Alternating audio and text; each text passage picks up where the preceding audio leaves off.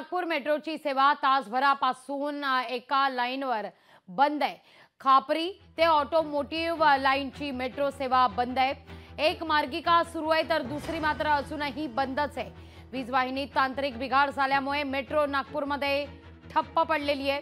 या गाडीची महत्त्वाची बातमी, अपलाईन पूर्ववत सुरू झाली मात्र डाऊन लाईन अजूनही बंदच आहे। अपलाईन वरून अप आणि डाऊन दोनही गाड्या सुरू करण्यात आलेल्या आहेत। अधिक माहिती घेतोय आपले प्रतिनिधी ज्ञानेश्वर पवार यांच्याकडून। ज्ञानेश्वर, काय अधिक माहिती या सगळ्या संदर्भात? अनेक जण या मेट्रोमध्ये अडकलेले असतील, काय अपडेट पोहोचतायत?